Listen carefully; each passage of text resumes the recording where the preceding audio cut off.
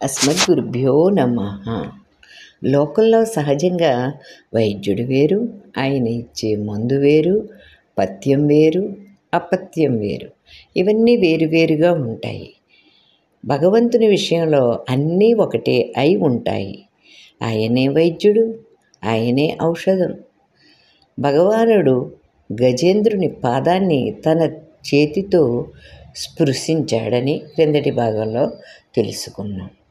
ఎప్పుడైతే భగవానుని చేతి స్పర్శ కలిగిందో గజేంద్రుని యొక్క సర్వమైన బాధలు తొలగిపోయాయి. శ్రీరామాయణంలో ఔషధాలను గురించి చెప్తూ ఒకటి విశల్యకరణి, విగత శల్యం కరోతీతి విశల్యకరణి అని ఒక మూలిక. దీనిని తగిలిస్తే బాణపు తునకలు కనుక ఏమైనా శరీరంలో ఉండిపోతే అవన్నీ బయటికి వచ్చేస్తాయట. ఇక్కడ మొసలి యొక్క దంతాలు ఏమైనా ఏనుగు శరీరంలో విరిగి ఉండిపోయి ఉంటే వాటిని అన్నింటినీ తీసివేసింది భగవానుని కరస్పర్శ. కాబట్టి విశల్యకరణిగా పనిచేసింది. రెండవది సంధానకరణి. ఏమైనా ఎముకలు విరిగిన చోట దీని స్పర్శ వలన విరిగిన ఎముకలు అతుకబడతాయి. 1000 ఏళ్ళు యుద్ధం చేశారు మొసలి ఏనుగు. మొసలి నోట్లో ఏనుగు పాదం నుగ్గు నుగ్గు అయ్యింది. ఎప్పుడైతే పరమాత్మ హస్త స్పర్శ తగిలిందో అది సంధానకరణిగా పనిచేసింది. 3 సారూప్యకరణి. యుద్ధంలో చర్మం అంతా పగిలిపోవటం చేత ఘాట్లు అవి పడిపోయి ఉంది. భగవానుని కరస్పర్శ తగిలగానే తిరిగి పూర్వపు స్థితిని పొందింది. మునుపు చర్మం ఎలా ఉండేదో అలా చేసింది కాబట్టి సారూప్యకరణిగా పనిచేసింది పరమాత్మ హస్త స్పర్శ. 4 సంజీవకరణి. మృత్యుముఖంలో ఉన్న వాణిని బ్రతికించేది సంజీవకరణి. ప్రాణంబుల్డస్సెను అని ప్రార్థించాడు గజేంద్రుడు.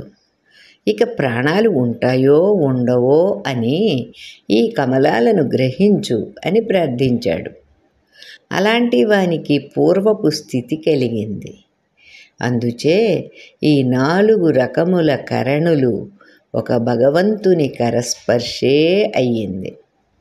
గజేంద్రునికి ఈ 4 కరణులు అవటం మాత్రమే కాదు, భగవంతుని కరస్పర్శకు ఫలితం అంత మాత్రమే కాదు. భవరోగానికి ఔషధమైన వాడు భగవంతుడు కనుక సంధానకరణి. జీవుని తనతో చేర్చుకునేవాడు భగవంతుడు కనుక ఆయనే దిగివచ్చాడు, గజేంద్రుని రక్షించాడు. అందుచే సంధానకరణిగా పనిచేశాడు. గజేంద్రుడు భగవంతుని కరస్పర్శచే కర్మ బంధనాలను తొలగింపబడిన వాడై పరమాత్మ ధామంలో ఉండేవానికి ఎలాంటి రూపం అయితే ఉంటుందో అలాంటి రూపాన్ని పొందాడు గజేంద్రుడు. అందుచే భగవానుడు సారూప్యకరణిగా పనిచేశాడు.